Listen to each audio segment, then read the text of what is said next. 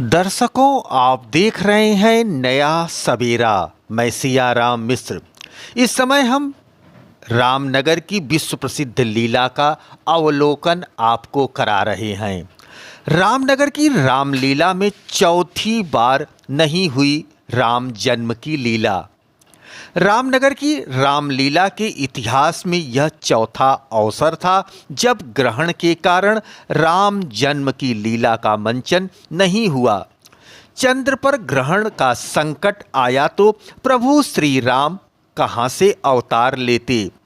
चंद्रग्रहण और सूतक के कारण रामनगर की रामलीला में दूसरे दिन राम जन्म की लीला के स्थान पर लगातार दूसरे दिन दोपहर में क्षीर सागर की झांकी सजाई गई। रविवार को रामनगर पोखरे ने क्षीर सागर का स्वरूप लिया और बैकुंठ लोक में विराजे भगवान विष्णु और माता लक्ष्मी की आरती हुई। 2:30 बजे होने वाली आरती देखने के लिए भारी संख्या में लीला प्रेमी मौजूद थे। रविवार को रामलीला के दूसरे दिन श्री राम जन्म की लीला होनी थी, लेकिन ग्रहण के चलते सूतक लग जाने से रामलीला संभव नहीं थी। इसके चलते पहले से ही लीला स्थगित कर दी गई थी। चूँकि रामनगर की रामलीला की परंपराओं के अनुसार लीला विभिन्न वजहों से स्थगित होने पर आरती अवश्य कराई जाती है, उसी के अनुरूप रविवार को दोपहर में क्षीर सागर की झांकी और आरती की गई। सोमवार को श्री राम जन्म की लीला होगी। लीला प्रेमियों ने बताया कि श्री राम लीला रामनगर के इतिहास में यह चौथी बार है कि राम जन्म की लीला के दिन ग्रहण लग जाने के कारण क्षीर सागर की झांकी 2 दिन कराई गई। भगवान के अवतार की लीला ग्रहण के अगले दिन आश्विनी कृष्ण प्रतिपदा यानी 8 सितंबर को संपन्न हुई। सामान्यतः श्री रामलीला रामनगर में भगवान आविर्भाव की लीला शुक्ल पक्ष से संपन्न होती है, लेकिन इस साल कृष्ण पक्ष में हुई। सुप्रसिद्ध रामनगर की रामलीला का शुभ आरंभ अनंत चतुर्दशी पर शनिवार को प्रभु के जन्म की भविष्यवाणी के साथ शुरू हुआ। प्रभु के जन्म की भविष्यवाणी सुनते ही देवतागण प्रसन्न हो गए। प्रथम दिवस मुख्य रूप से रावण जन्म की लीला का मंचन हुआ। जन्म होते ही रावण ने देवताओं पर अत्याचार आरंभ कर दिया। मेघनाथ इंद्र को पकड़ लेता है। ब्रह्मा के निवेदन पर रावण इंद्र को छोड़ देता है। रावण डुगडुगी पीटवाकर देवताओं को यज्ञ होम न करने को कहता है। पुराण वाचने पर यानी पुराण के वाचन पर आग के हवाले करने की चेतावनी देता है। परेशान देवता बैकुंठ वापस कर दे रहे हैं। भगवान विष्णु के पास जाकर राक्षस की गुहार लगाते हैं। भविष्यवाणी होती है कि डरो मत, हम तुम्हारे लिए मनुष्य का तन धारण करेंगे। अपने अंश सहित सूर्य वंश में अवतार लेकर इस पापी से मुक्ति दिलाएंगे। अंत में क्षीर सागर की भव्य झांकी की आरती हुई। शान से निकली शाही सवारी शाम 4:44 पर जैसे ही काशीराज परिवार के अनंत नारायण सिंह बागेश्वरी बग्घी में सवार होकर किला से बाहर आए, पूरा नगर हर हर महादेव के उद्घोष से गूंज उठा। किला से लेकर रामबाग तक जगह जगह लोगों ने अभिवादन किया। लीला स्थल पहुंचने पर अनंत नारायण सिंह हाथी पर बैठे। 36वीं वाहिनी पीएससी की टुकड़ी ने सशस्त्र सलामी दी। इसके बाद रावण जन्म की लीला शुरू हुई।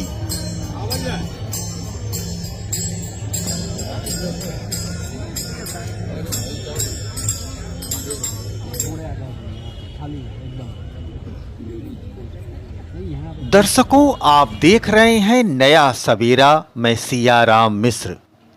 लोक जागरण का अनुष्ठान है विश्व प्रसिद्ध रामनगर की रामलीला। काशी जब से शिवनगरी हुई तभी से यहाँ रामलीला भी है, ऐसा माना जाता है। यहाँ प्रारंभ से ही भक्ति के सर्वसुलभ साधन के रूप में काशी में रामलीला प्रतिष्ठित हुई है और यहाँ से न केवल आसपास के जनपदों में बल्कि देश के विभिन्न भागों में भी इसका व्यापक प्रसार हुआ है। आइए जानते हैं काशी की रामलीला के बारे में। दर्शकों, पूरा वीडियो देखेंगे तो आपको राम जन्म से लेकर राम के राज्याभिषेक तक की झांकियां दिखेंगी और उसका रसास्वादन करेंगे। दर्शकों, रामलीला के सबसे बड़े रसिक थे बाबा भोलेनाथ। राम कथा सुनने की इच्छा जगी तो भवानी संग पहुंच गए ऋषि अगस्त मुनि के आश्रम। कथा सुनकर लौटते समय सूचना मिली कि पिता के आदेश को सिरोधार कर श्री राम वनवास पर हैं। बस महादेव राम के दर्शन का जुगाड़ बैठाने लगे।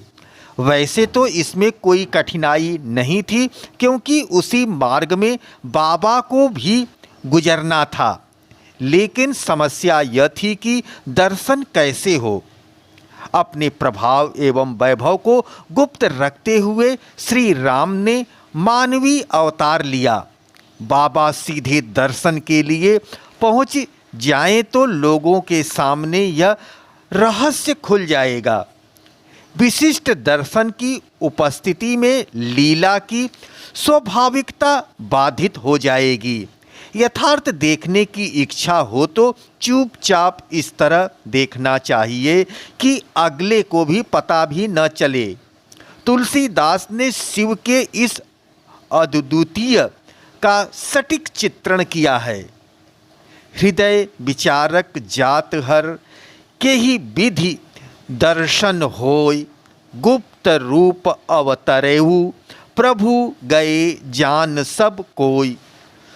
शंकर उर अति क्षोभ सती न जानही, मोर मुँह सोई, तुलसी दर्शन लोभ, मन डरु लोचन लालची।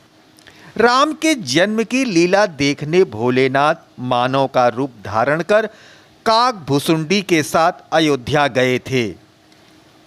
पार्वती से इसका वर्णन उन्होंने औरहु एक कहऊ निज चोरी, सुन गिरिजा अति दृढ़ मति तोरी कहकर किया। खुद अपने कृत्य को उन्होंने चोरी की संज्ञा दी।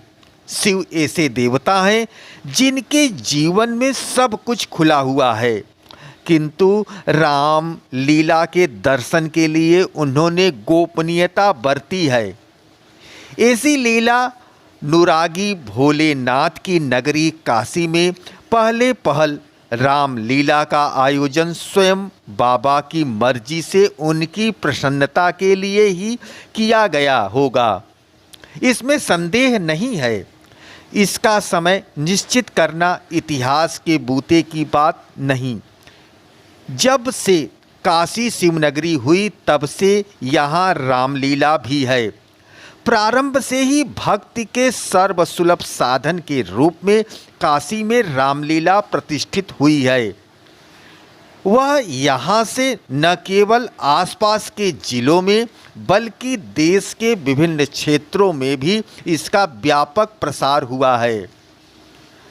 बतलाना नहीं है, भक्ति चतुष्ट नाम रूप लीला और धाम, भक्ति चक्षुष नाम रूप लीला और धाम के अंतर्गत लीला भक्ति का सबसे सुगम माध्यम है।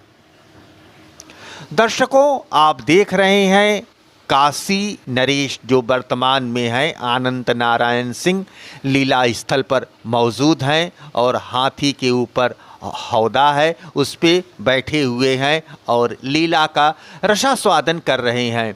आसपास काशी नगरी और आसपास के ज़िले के जो भक्त हैं, लीला प्रेमी हैं, वह बैठकर आनंद ले रहे हैं।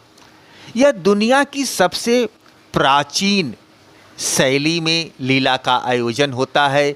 यहाँ किसी प्रकार का दिखावा या चकाचौंध नहीं है। जगह में लंका नाम करके विख्यात है, ओ समुद्र की खाई बड़ी गहरी, इसके चारों ओर से घिरी है। स्वर्ण के कोट मणि से जड़े ऐसा दृढ़ बना है कि इसका बनावट कहा नहीं जाता। हर इच्छा से जिस कल्प में राक्षसों का राजा हो, कोई सूर प्रतापी अतुल बल सेना समेत लंका में बात करे, तो वहाँ पहले निशाचर बड़े भारी भक्त रहते रहे। इन्हें लड़ाई में देवों ने मार डाला। अब इंद्र की आज्ञा से कुबेर के रक्षक कोटिन यक्षगण रहते हैं।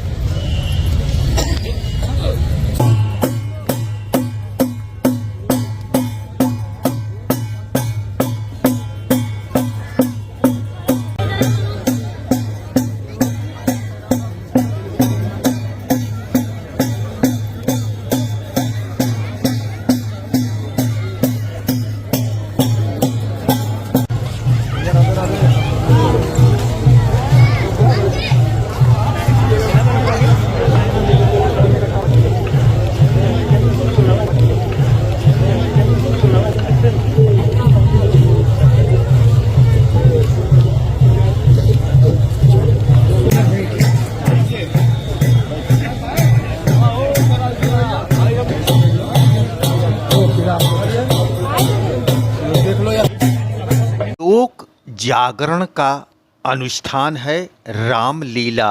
यह कहना है पूज्य राजन जी महाराज। पूज्य राजन जी महाराज, जिनका जन्म 6 सितंबर 1982 को कोलकाता पश्चिम बंगाल में एक ब्राह्मण परिवार में हुआ, एक प्रसिद्ध रामकथा वाचक और भजन गायक हैं राजन जी महाराज। उनका मूल नाम है राजन तिवारी और उनके पिता का नाम शिवजी तिवारी। उनकी पारिवारिक जड़ें बिहार के सिवान जिले से हैं। राजन जी अपनी प्रारंभिक शिक्षा कोलकाता के सरकारी स्कूल से प्राप्त की है। रसायन से ग्रेजुएशन की पढ़ाई करने के बाद उन्होंने कुछ समय तक एक निजी कंपनी में नौकरी भी की। उनके सरल और धार्मिक पारिवारिक परिवेश ने उन्हें बचपन से ही आध्यात्मिकता की ओर प्रेरित किया। वर्ष 2001 में राजन जी महाराज परम पूज्य प्रेम मूर्ति संत श्री प्रेम भूषण जी महाराज के सानिध्य में आए। उनके मार्गदर्शन और प्रेरणा ने राजन जी के जीवन में गहरा आध्यात्मिक परिवर्तन लाया। इस कालखंड ने उन्होंने भगवत भक्ति और राम कथा के महत्व को समझा और इसे अपने जीवन का ध्येय बना लिया। राजन जी महाराज वर्ष 2011 में अपनी पहली राम कथा का आयोजन किया। यह उनके आध्यात्मिक जीवन का एक महत्वपूर्ण मोड़ साबित हुआ।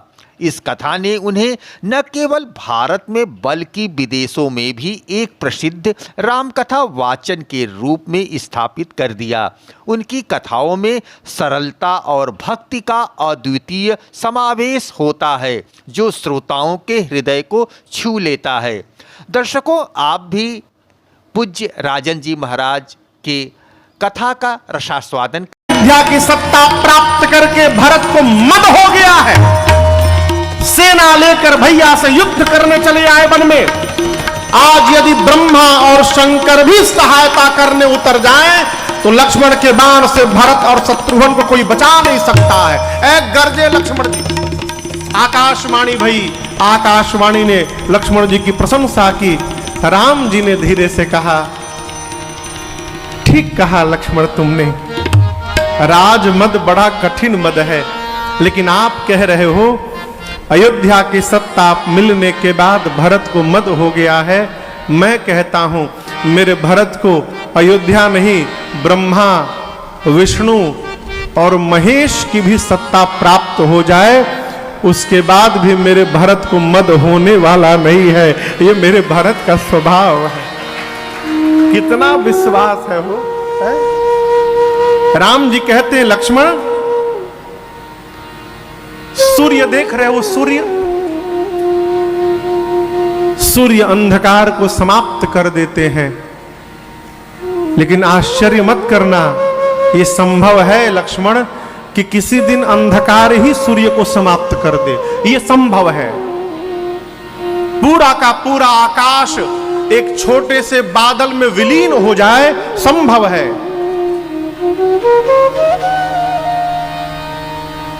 मच्छर के फूंक मारने से पर्वत उड़ के चला जाए, संभव है। जल से निकलने के बाद मछली मरे नहीं, जीवित रह जाए, संभव है। लेकिन मैं कहता हूं मेरे भरत को अभिमान हो जाए, ऐसा किसी कल्प में, किसी युग में संभव नहीं है लक्ष्मण, ऐसा कदापि नहीं हो सकता। राम जी ने भरत जी की, लक्ष्मण जी और दशरथ जी की सौगंध लेकर कही, लक्ष्मण पूरे ब्रह्मांड में मेरे भरत जैसा दूसरा भाई नहीं है। लक्ष्मण जी को भी अपनी बात पर ग्लानि हुई।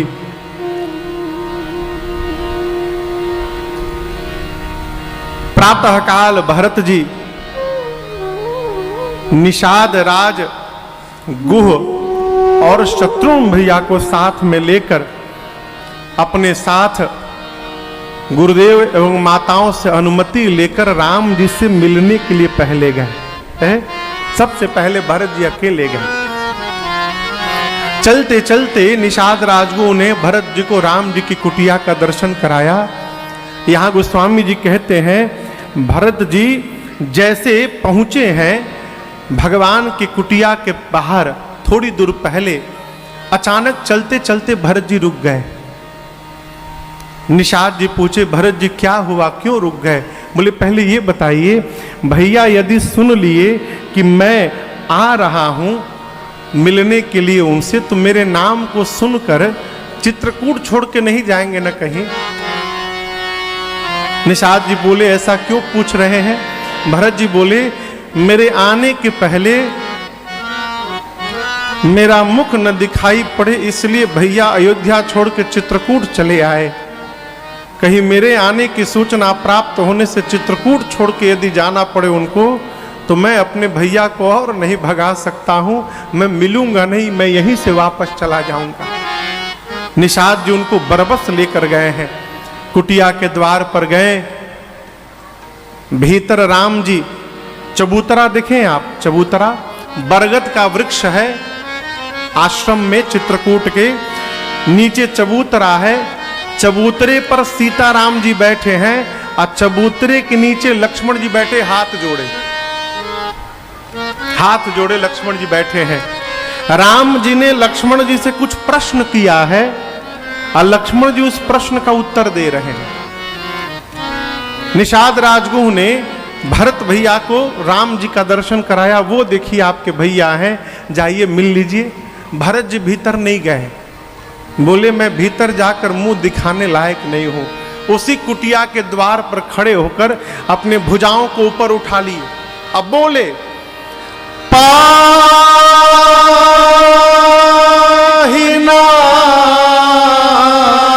पाहिनाथ कही पाही गोसाई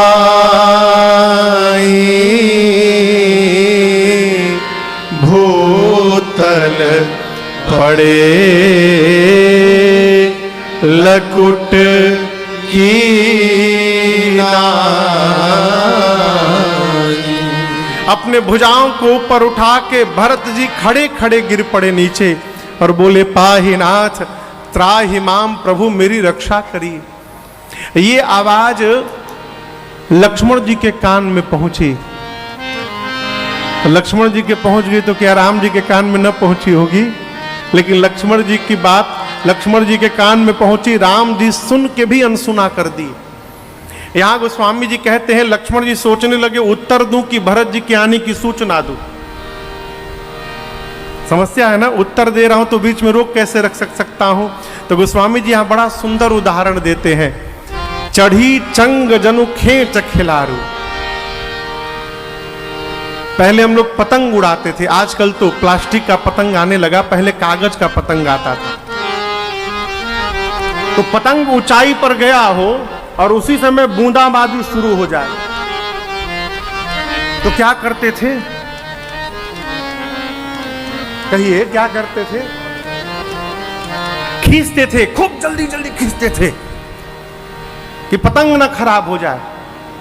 गोस्वामी जी कहते हैं, जैसे ऊंचाई प्राप्त किए हुए पतंग को उड़ाने वाला जैसे अचानक तीव्रता से जल्दी जल्दी नीचे उतारने लगता है, लक्ष्मण जी उत्तर दे रहे थे, भरत जी की आवाज सुनाई पड़ी तो लक्ष्मण जी जल्दी जल्दी उत्तर देने लगे कि जल्दी उत्तर समाप्त हो।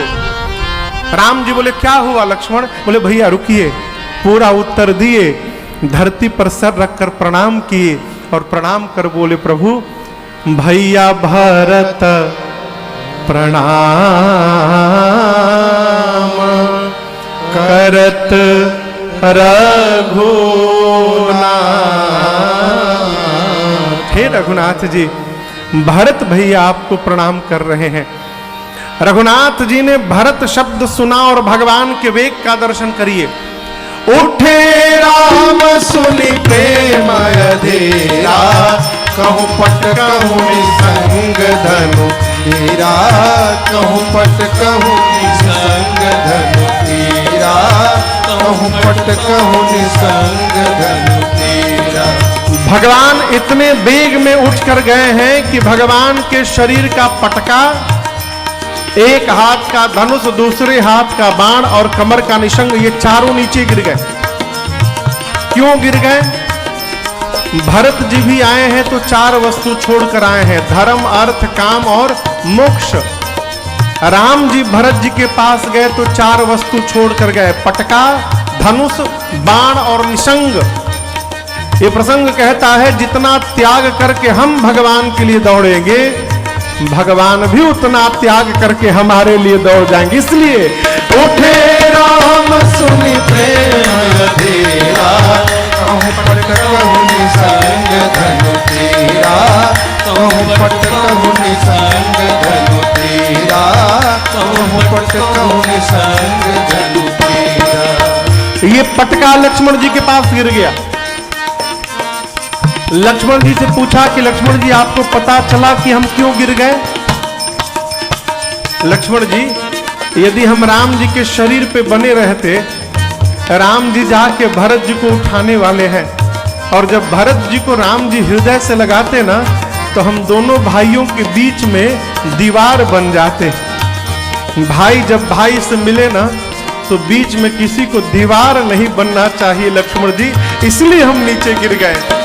उठे राम सुनि प्रेम अधेरा, कहूँ पट कहूँ निसंग धनु तीरा, कहूँ पट कहूँ निसंग धनु तीरा, कहूँ पट कहूँ निसंग धनु तीरा। राम जी का धनुष, सारंग और बाण, अमोघ बाण दोनों नीचे गिर गए।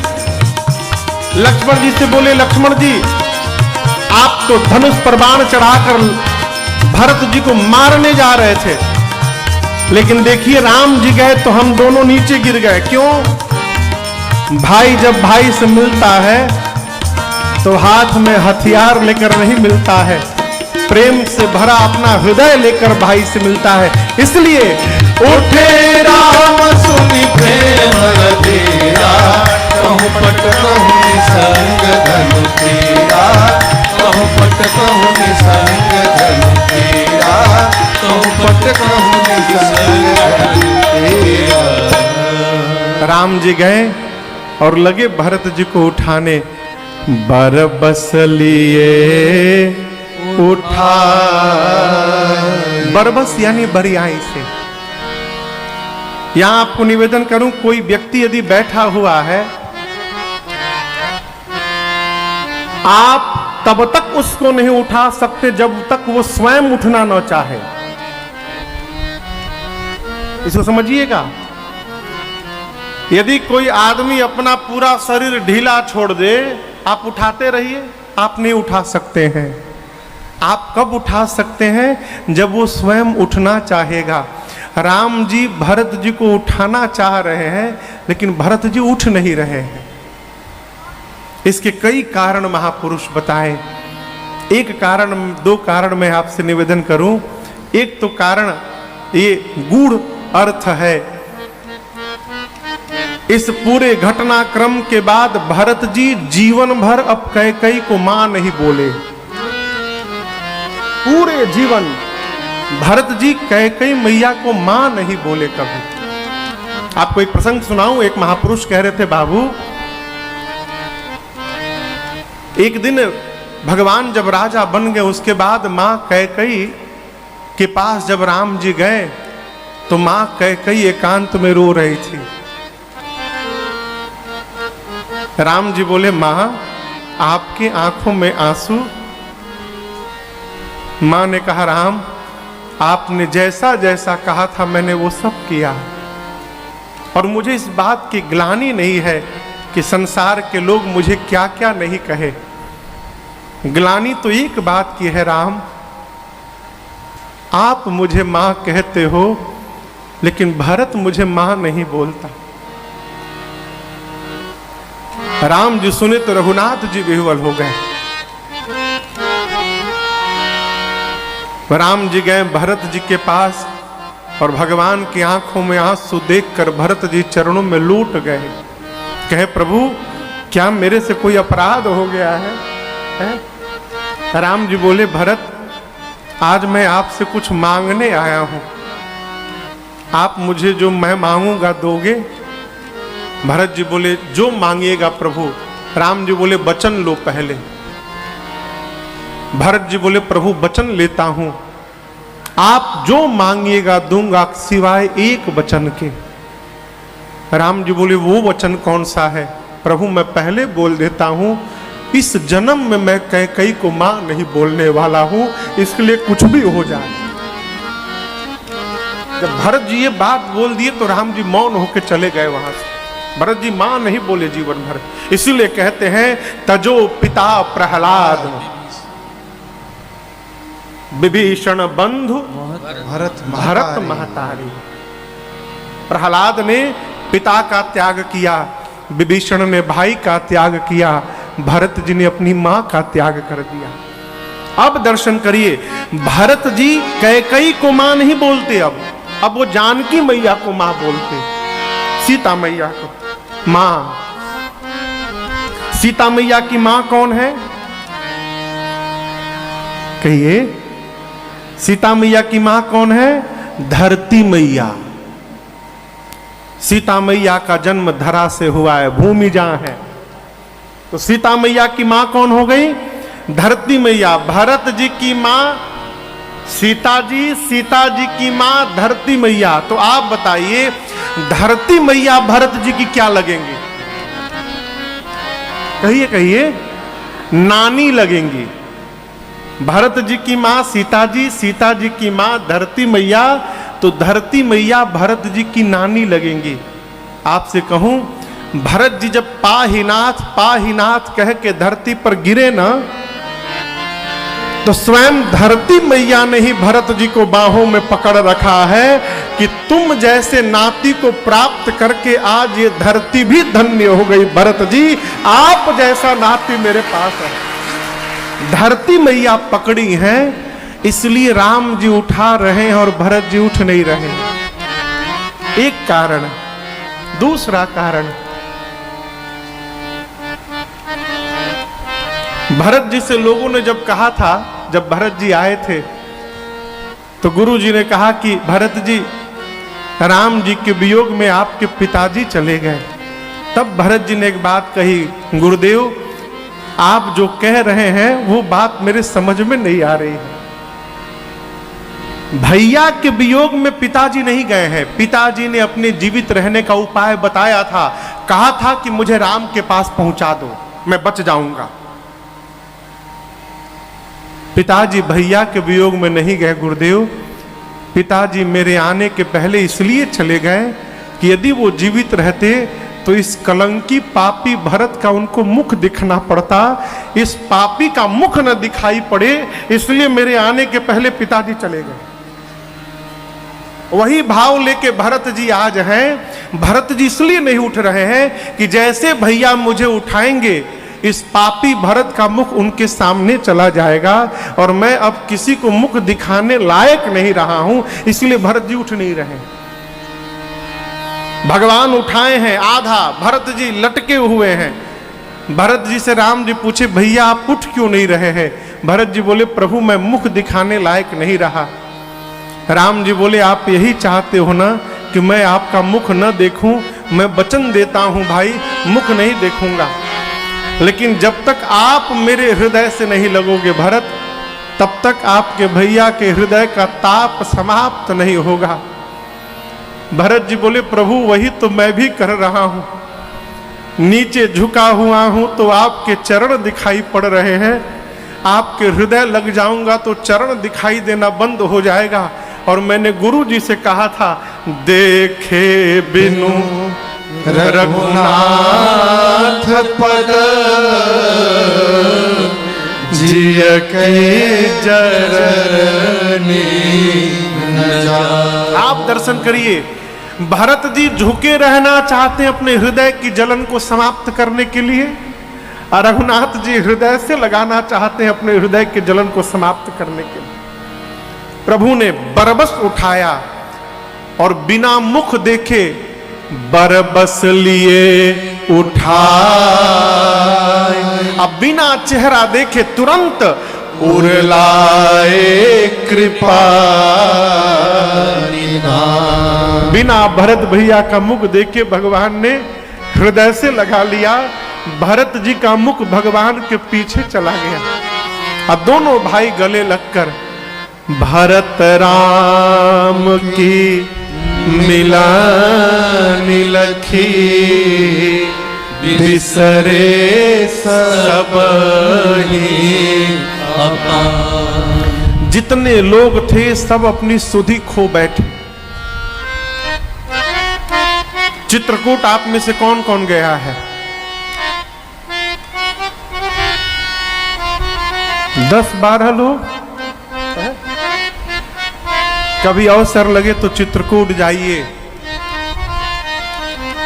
आज भी आपको ऐसा लगेगा कि चित्रकूट वैसा ही दिखता है जैसा रघुनाथ जी के समय में होगा, आज भी। और जब आप कामदगिरी की परिक्रमा लगाते लगाते एक स्थान है जहां पर राम जी की कुटिया ये थी, आज भी वो स्थान है।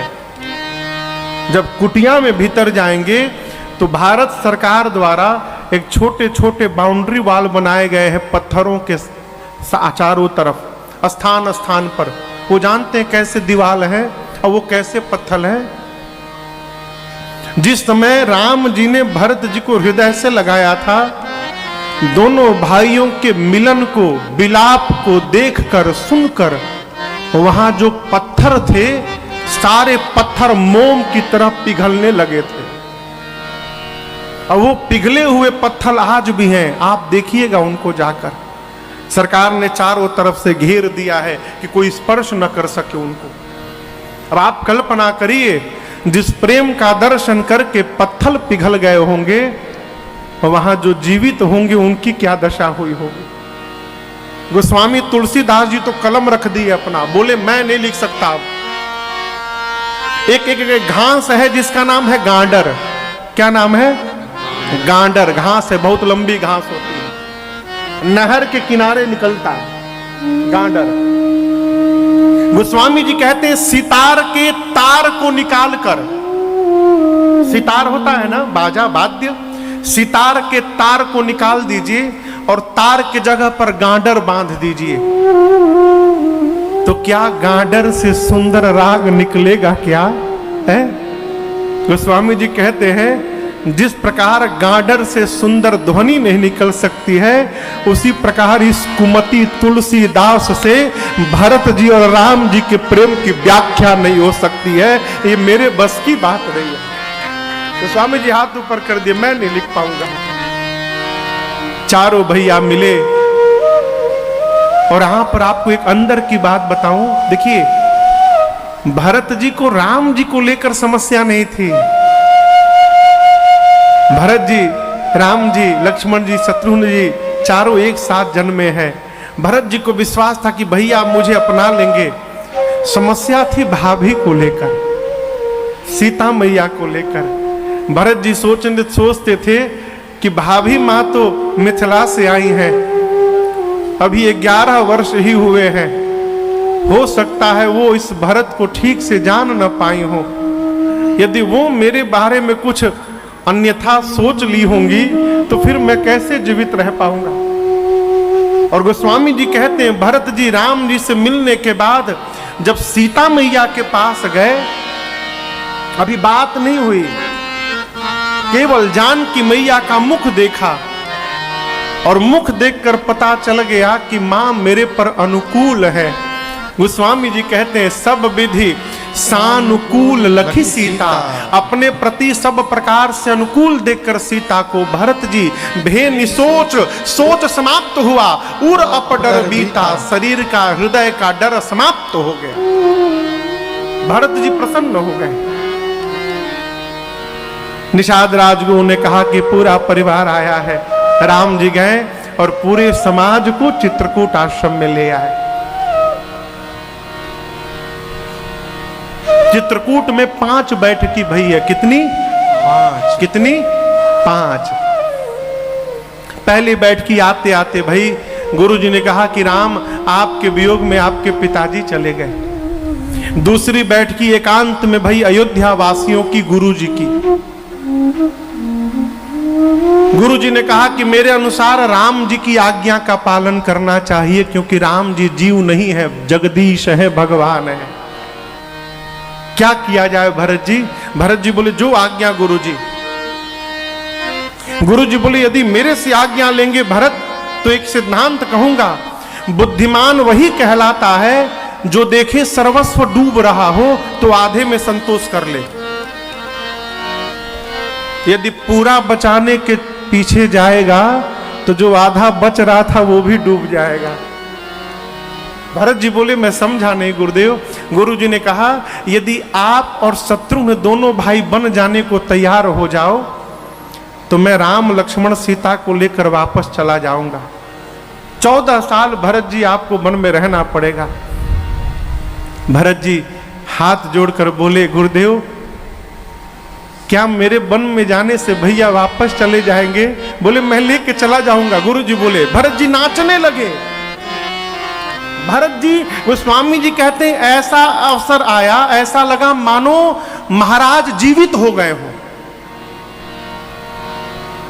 जैसे कोई मृतक व्यक्ति जीवित हो जाए उस समय जो आनंद उठेगा। भरत जी सुने कि मेरे वन में जाने से भैया वापस चले जाएंगे। भरत जी नाचने लगे। वो हॉर्न बंद है क्या? वो बंद है स्पीकर। आवाज आ रही है उधर? नहीं आ रही है। आ रही है उधर? वो बंद है। उस देखिए देखिए तार वार छूट गया होगा। भरत जी बोले गुरुदेव मैं एक बात स्पष्ट कर देना चाहता हूं, मैं 14 साल के लिए वन नहीं जाऊंगा। भरत जी बोले, गुरु जी बोले मतलब? भरत जी बोले कानन कराऊं जन्म भरी बासु। भरत जी बोले गुरुदेव 14 वर्ष बाद अयोध्या जाऊं और कहीं कैकेयी फिर से मुझे राजा बनाने का सपना देख लेगी तो मैं ये समस्या ही समाप्त कर देना चाहता हूं गुरुजी। मैं जीवन भर वन में रहने को तैयार हूं। मैं अयोध्या लौट कर नहीं आऊंगा। जब तक आखिरी सांस है मैं वन में बिता लूंगा प्रभु, आप मेरे भैया को लेकर वापस जाइए। ऐ भरत जी की ये वाक्य गुरुदेव की मति को हिला के रख दी। तीसरी बैठकी गुरु जी सबको लेकर राम जी के पास गए, कहे राम निर्णय लो। राम जी बोले आप निर्णय लीजिए। गुरु जी ने कहा भरत के प्रेम ने विचार करने की शक्ति समाप्त कर दी है। हम तो कहते हैं राम जो भरत कह रहे हैं वो निर्णय ले लिया जाए। राम जी बोले स्वीकार है मुझे भी। अब दर्शन करिए, जैसे राम जी बोले कि मैं भी वही करूंगा जो भरत जी कहेंगे, गुरु जी ने भरत जी से कहा भरत बेटा जो जो कहना है आज कह दो। ऐसा अवसर दोबारा जीवन में प्राप्त नहीं होगा। भैया कह दिए हैं जो आप कहेंगे वो राम जी करेंगे, जो कहना है आज कह दो। भरत जी खड़े भय हाथ जोड़कर राम जी के सामने बोले भैया आज तक मैंने आपके सन्मुख कुछ कहा नहीं है, मैं तो केवल आपको निहारता रहता हूं। महू स्नेह सकोच बस सन्मुख कहे न बै। प्रेम और संकोच के कारण आज तक आपके सामने मैंने कुछ नहीं कहा।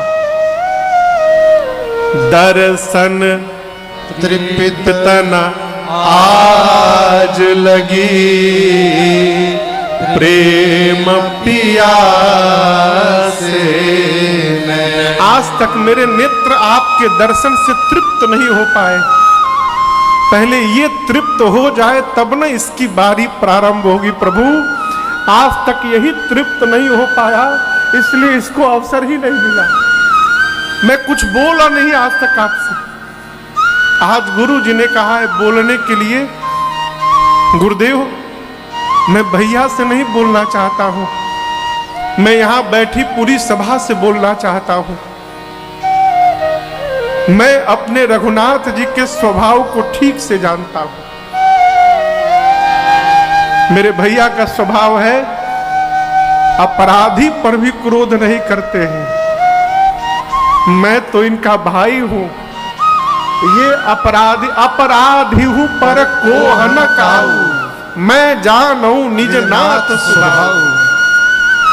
आपको एक बात कहूं गुरुदेव, बचपन से लेकर आज तक मेरे भैया ने कभी मेरे मन को दुखाया नहीं है, कभी मेरे मन को तोड़ा नहीं है। हम एक बहुत भीतर की बात बताते हैं। हम लोग जब बचपन में खेलते थे गुरुजी ना, तो हमेशा खेल के समय लक्ष्मण को भैया अपने साथ रखते थे और हमसे कहते थे भरत तुम विरोधी दल में जाकर खड़े हो जाओ। मैं हाथ जोड़कर कहता था प्रभु मैं सपने में भी आपके विरोध में नहीं खड़ा हो सकता हूं, आप मुझे अपने विरोध में क्यों खड़ा करते हैं? तो कहते थे भरत जब तुम विरोधी दल में खड़े रहोगे ना तो अपने भरत को मैं देखता रहूंगा, अब मेरा भरत अपने राम भैया को देखता रहेगा, हम दोनों आमने सामने रहेंगे तो एक दूसरे को देखते रहेंगे। अब गुरुदेव खेल प्रारंभ होता था, अब मैं तो भैया को देखता ही रह जाता था और मैं हारने लगता था गुरुजी। और जब मैं हारने लगता था ना तो ठीक हारने से पहले ये रघुनाथ जी हारे हूँ खेला जीता वही मोह। इस पापी भरत को जिताने के लिए रघुनाथ जी स्वयं हार जाते थे। कई बार हारा हुआ खेल हमको जिताए हैं और स्वयं हारने के बाद गुरुदेव पूरी अयोध्या में दौड़ दौड़ कर कहते थे कि मेरा भरत मेरे से भी अच्छा खेलने लगा, आज मेरे भरत ने मुझे खेल में परास्त कर दिया। गुरुदेव हमारे इस प्रेम को किसकी नजर लग गई गुरुजी? मेरे कारण मेरे प्रभु को वन में आना पड़ा। गुरु जी विह्वल हो गए। गुरुदेव ने संभाला, भरत जी आप जो कह रहे हैं वो सत्य नहीं है।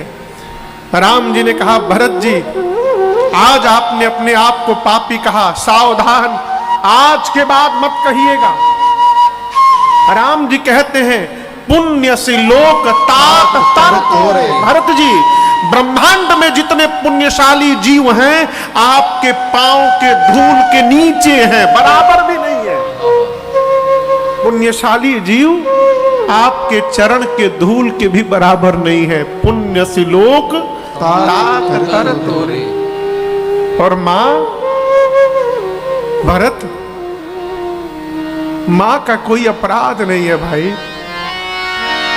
मेरी मां कैकेयी बैठी है, जो मेरी मां को दोष देगा वो व्यक्ति जीवन में कभी अपने घर में श्रेष्ठ की सेवा नहीं किया होगा, जो कभी साधु की सेवा नहीं किया होगा, वो कहेगा मेरी मां कैकेयी का अपराध है। भरत, हित और अनहित पशु पक्षी भी जानते हैं। वही पक्षी नाच दिखाने वाले के साथ घुमा करते हैं, वही पक्षी बहेलिए को देखकर भाग जाया करते हैं। क्यों? वो जानते हैं वो कौन हितैषी है, कौन अहितैषी है। पशु पक्षी भी जानते हैं। मनुष्य का शरीर तो ज्ञान का भंडार है। मानस तन गुण ज्ञान है। हम एक बात कहें भरत, पिताजी को वचन से प्रेम था, प्राण से प्रेम नहीं था। और आप दर्शन करिए, वचन के लिए पिताजी ने मेरा त्याग किया और अपने प्राण का त्याग कर दिया। पिताजी को वचन से प्रेम है, यही जानकर एक वचन मानकर मैं वन में चला आया। भरत, एक बात कहूं, पिताजी के उस वचन को छोड़ने में सोच तो हो रहा है मुझे, लेकिन उससे अधिक संकोच आज अपने भाई की दशा देखकर हो रहा है मुझे।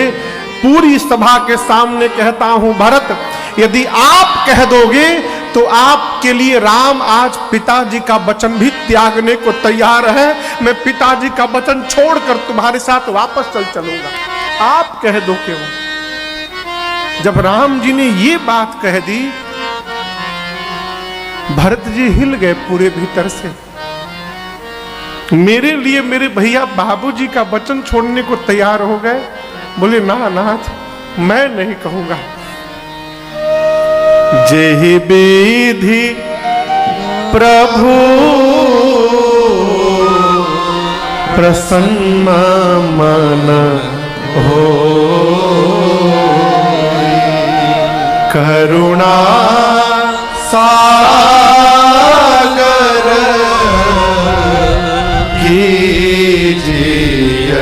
सो। प्रभु जैसे आपका मन प्रसन्न हो आप करें,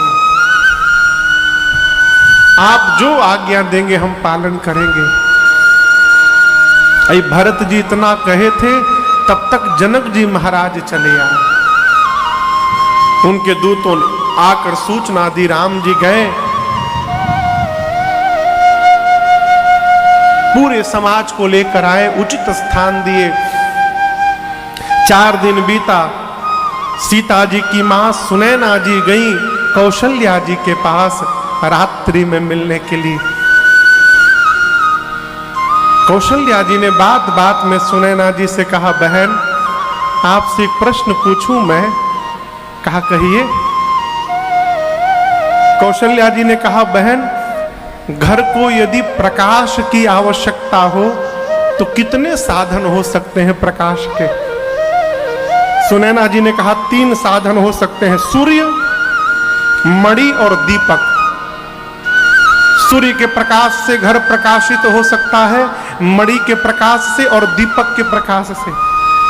कौशल्या जी ने कहा, बहन महाराज के जाने के साथ ही सूर्य वंश का सूर्य डूब गया, मेरे कुल का सूर्य डूब चुका है।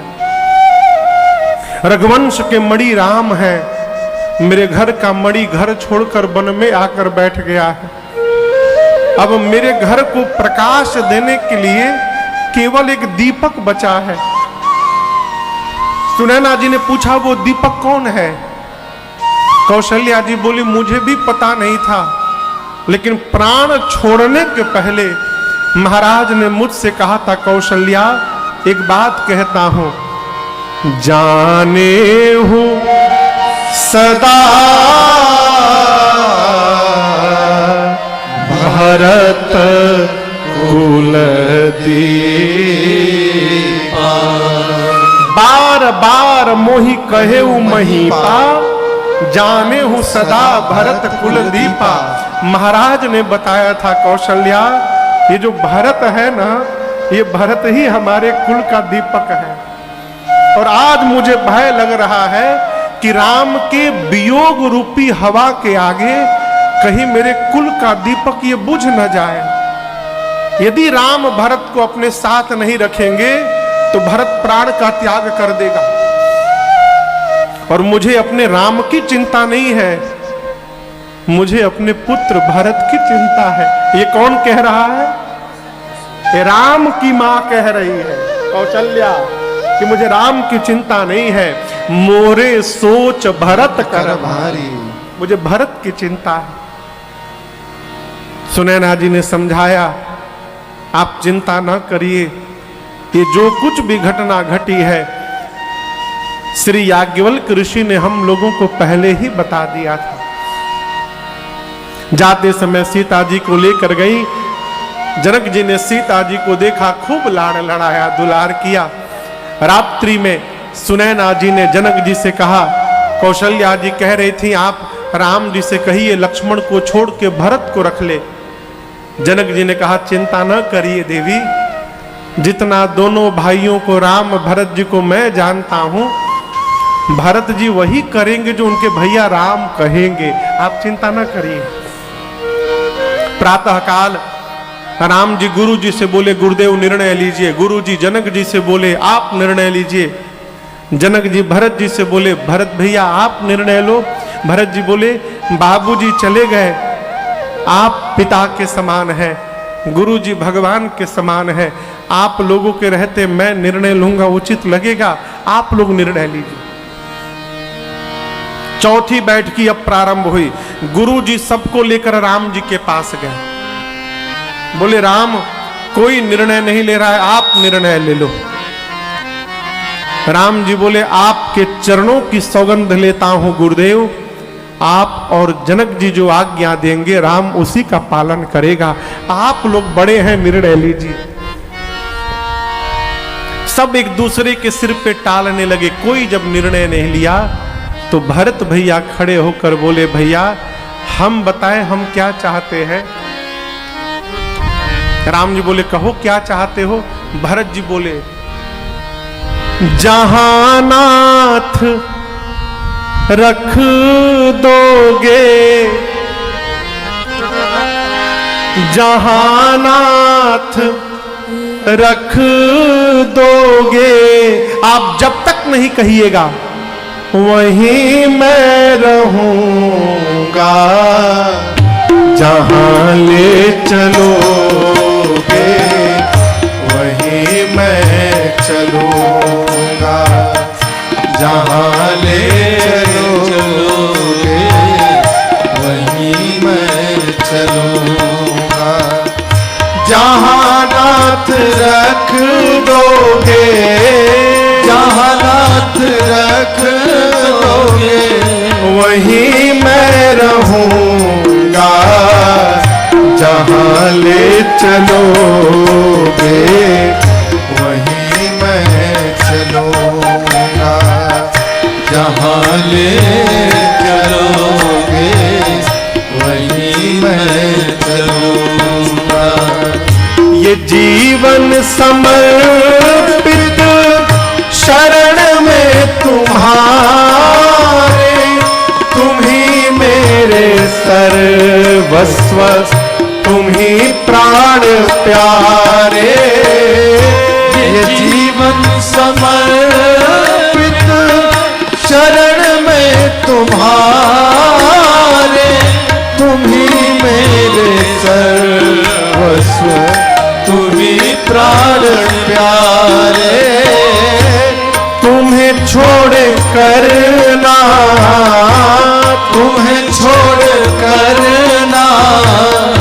मैं किससे कहूँगा, जहाँ ले चलोगे वहीं मैं चलूँगा, जहाँ ले चलोगे वहीं मैं चलूँगा।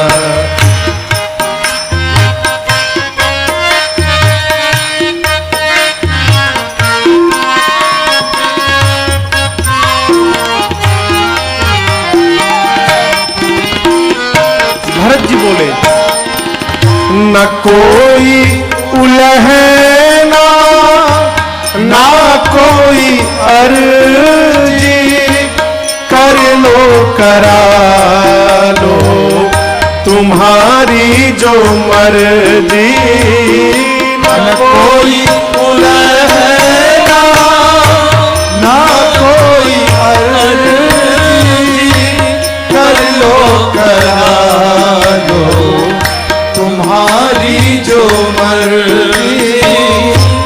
कहना भी होगा तो, कहना भी होगा तो तुम्हीं से कहूँगा, जहाँ ले चलोगे वहीं मैं चलूँगा, जहाँ ले चलोगे वहीं मैं चलूँगा।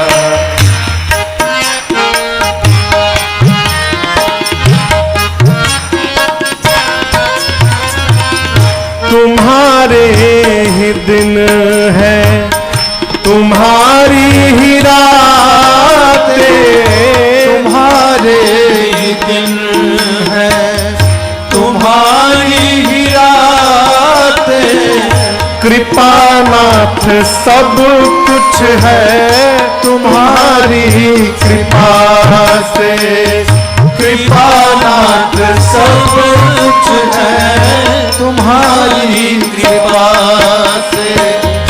नारायण प्रभु प्रेम, नारायण प्रभु जी, अरे नारायण प्रभु प्रेम, नारायण प्रभु प्रेम। मैं पावन गहूँ